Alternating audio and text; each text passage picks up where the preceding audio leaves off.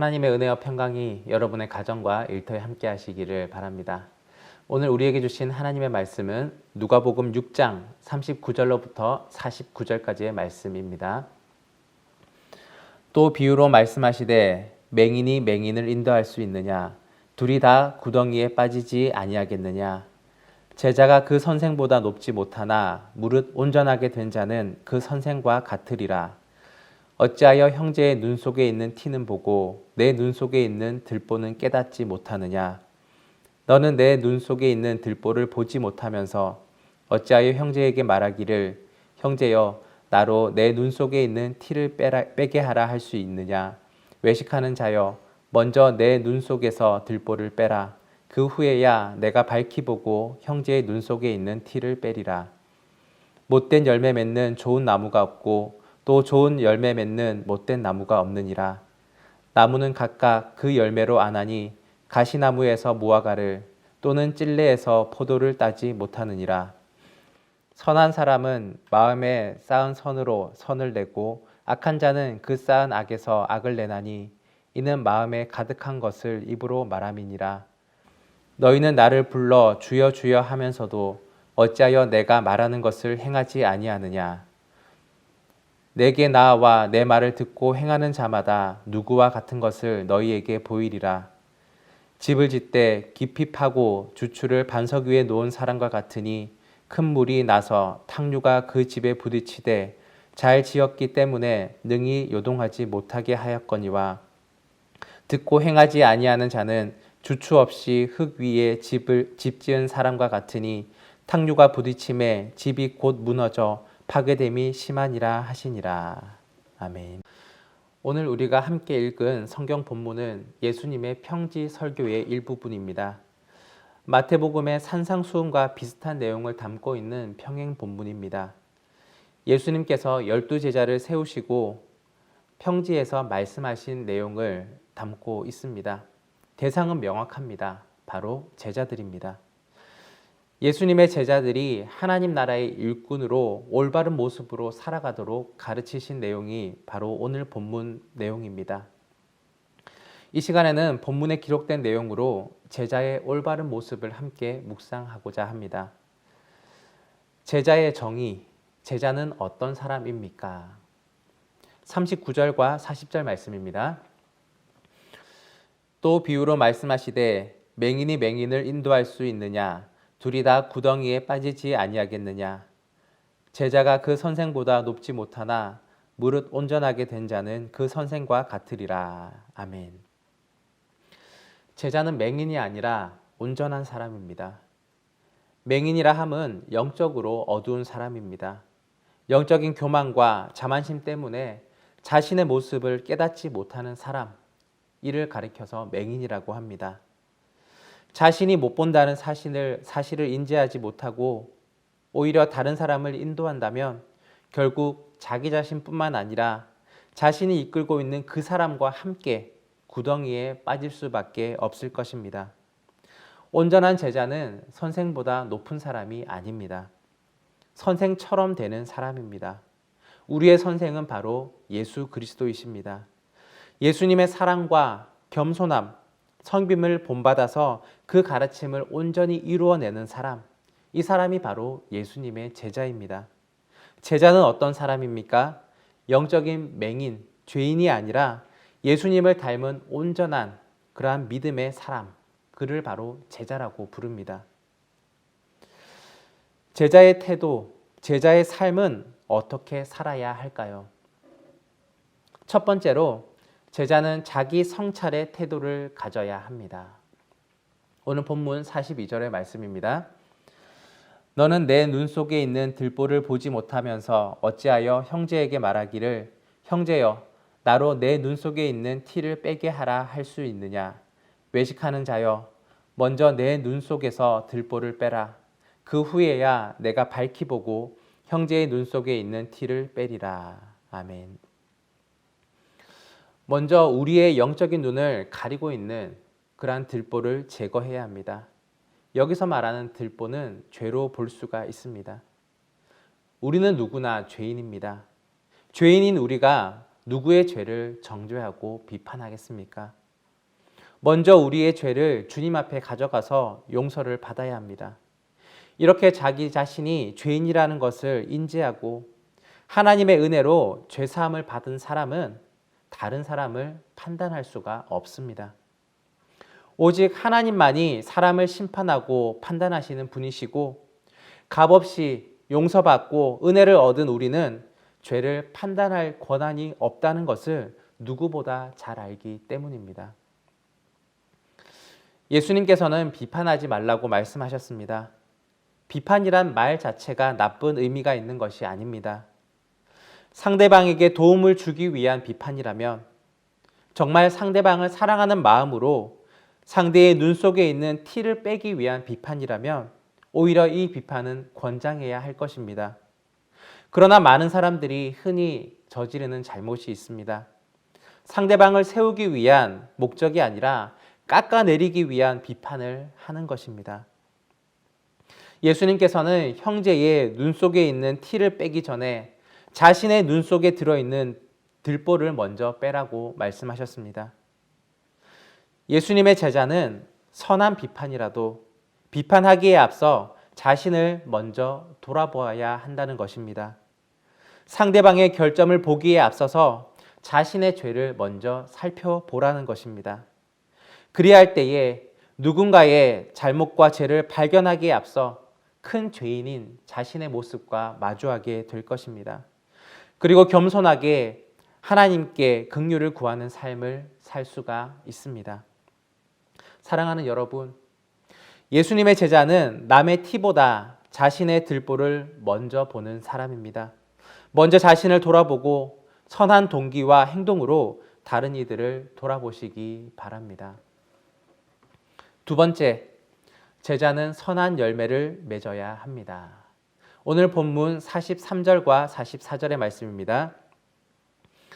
못된 열매 맺는 좋은 나무가 없고 또 좋은 열매 맺는 못된 나무가 없느니라. 나무는 각각 그 열매로 아나니 가시나무가 무화과를 또는 찔레에서 포도를 따지 못하느니라. 아멘. 열매를 보면 그 나무가 어떤 나무인지 알 수가 있습니다. 사람의 말은 그 사람의 열매이며 그 사람의 됨됨이를 나타냅니다. 사람의 입으로 나오는 말은 그 사람의 마음과 생각을 반영하고 있기 때문입니다. 믿음의 사람은 그 마음에 선한 생각과 하나님을 향한 사랑이 가득하기에 다른 이들을 칭찬하고 격려하고 자신을 낮추며 하나님께 영광을 올려드립니다. 이런 사람과 대화하면 마음이 따뜻해지고 평온함을 느낄 수가 있습니다. 그러나 악한 사람은 어떻습니까? 그 마음에 죄와 욕심이 가득합니다. 악한 말을 내뱉어서 다른 사람을 비방하고 또 자기 자랑만을 늘어놓습니다. 비난과 정죄의 말을 쏟아내며 사람들 사이를 이간질하고 작은 일도 큰 사건으로 부풀려 버립니다. 이러한 사람과 대화를 하면 감정이 격해지게 되고 화가 치밀어 오르는 것을 경험할 수가 있습니다. 이러한 사람은 예수님의 제자가 아니라 마귀의 제자입니다. 예수님의 제자는 예수님을 닮은 온전한 사람입니다. 우리를 사랑하고 용서해 주신 예수님의 마음을 본받아서 그리고 닮아서 격려와 화해와 하나님의 영광을 나타내는 말을 하는 것, 이것이 바로 예수님의 제자의 모습입니다. 한 나무가 다른 종류의 열매를 맺을 수가 없습니다. 우리의 말은 우리의 마음과 생각과 가치관과 그리고 우리의 신앙을 나타내고 있습니다. 혹시 내 입에서 주님의 제자로서의 열매가 아니라 다른 열매가 맺혀지고 있지는 않으십니까? 칭찬과 격려의 말이 아니라 부정적이고 악독한 말을 내뱉고 있지는 않으십니까? 먼저 마음속에 악을 모두 회개하고 제거하시기 바랍니다. 선한 열매를 맺을 수 있도록 성령님께 간구하시기 바랍니다. 그리고 날마다 자신을 성찰하고 다른 이를 비판하기에 앞서 죄인인 나 자신을 먼저 돌아보시기 바랍니다. 그리할 때에 우리의 입은 악한 것을 도저히 낼 수가 없으며 오직 하나님의 은혜만을 고백하게 될 것입니다. 사랑하는 여러분, 예수님의 제자는 선한 열매를, 선한 마음을 드러내는 사람입니다. 선한 말로써 여러분의 정체성을 나타내시기 바랍니다.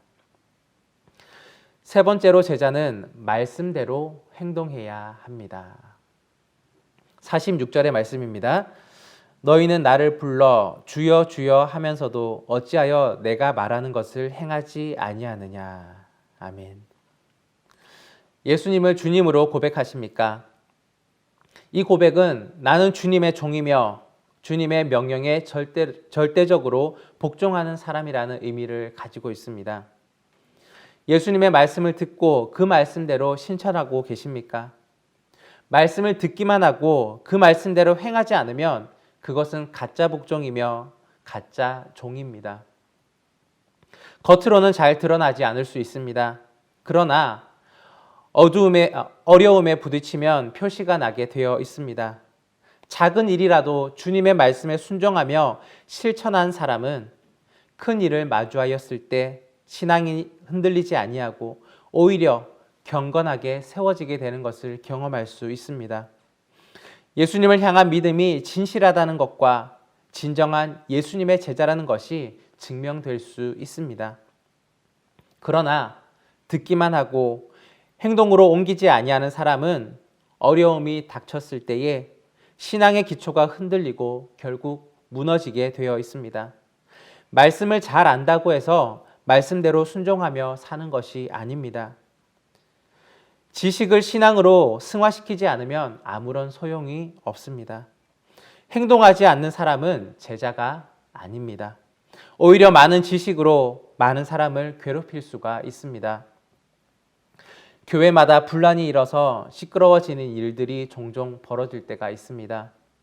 그러한 분란의 중심에는 지식이 많고 또 교회 사정을 잘 아는 사람들이 포함되어 있는 경우가 너무나 많습니다. 말씀을 모르기 때문에 일어난 일이 아닙니다. 말씀대로 실천하지 않기 때문입니다.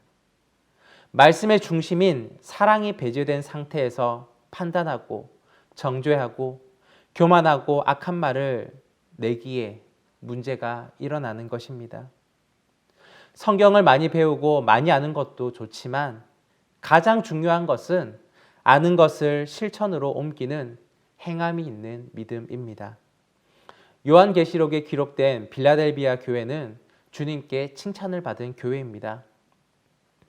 내가 내 행위를 아노니 내가 작은 능력을 가지고서도 내 말을 지키며 내 이름을 배반하지 아니하였도다. 작은 능력, 조금 부족한 지식이라도 괜찮습니다. 예수님의 말씀을 지키며 행동하는 것이 중요합니다. 그리할 때에 주님께서 칭찬하시고 인정해 주시는 것입니다.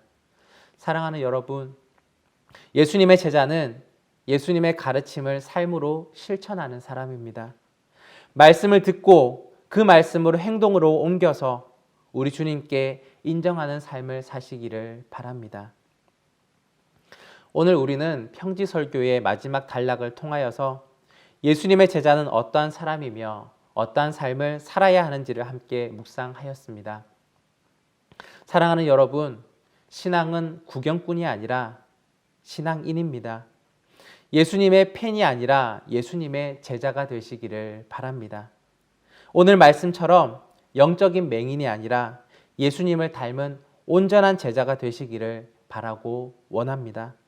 자기 성찰의 태도로 남의 티보다 자신의 들보를 먼저 돌아보고 선한 열매를 맺으며 말씀을 듣고 행동으로 실천하는 온전한 주님의 제자가 되시기를 간절히 바라고 원합니다. 기도하겠습니다. 사랑의 주님, 오늘 주님의 말씀을 통하여서 우리의 자신을 돌아보게 하여 주심을 감사합니다. 우리는 이제 주님의 팬이 아니라 주님의 제자로 살아가기를 원합니다.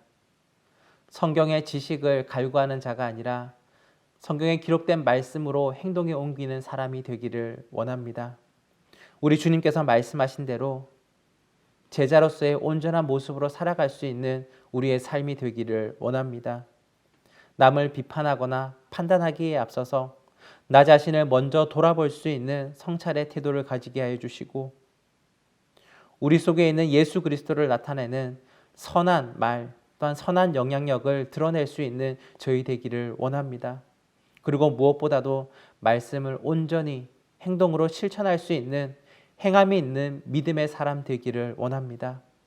오늘 저희를 불러주셨습니다. 말씀을 허락하셨습니다. 또한 제자로 살아가기를 주께서 말씀하셨습니다.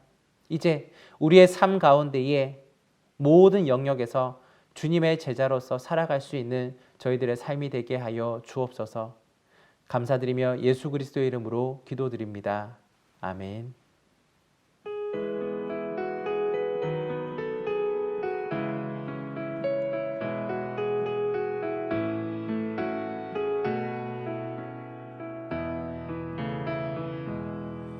Von guten Mächten treu und still umgeben, behütet und getröstet wunderbar. So will ich diese Tage mit euch leben und mit euch gehen in ein neues Jahr. Von guten Mächten wunderbar geborgen, erwarten wir getrost, was kommen mag. Gott ist mit uns am Abend und am Morgen und ganz gewiss an jedem neuen Tag. Noch will das Alte unsere Herzen quälen, noch drückt uns böser Tage schwere Last. Ach Herr, gib unseren aufgescheuchten Seelen das Heil, für das du uns bereitet hast. Von guten Mächten wunderbar geborgen, erwarten wir getrost, was kommen mag. Gott ist mit uns am Abend und am Morgen und ganz gewiss an jedem neuen Tag. Lass warm und still die Kerzen heute flammen, die du in unsere Dunkelheit gebracht. Für wenn es sein kann, wieder uns zusammen. Wir wissen es, dein Licht scheint in der Nacht. Von guten Mächten wunderbar geborgen, erwarten wir getrost, was kommen mag. Gott ist mit uns am Abend und am Morgen und ganz gewiss an jedem neuen Tag.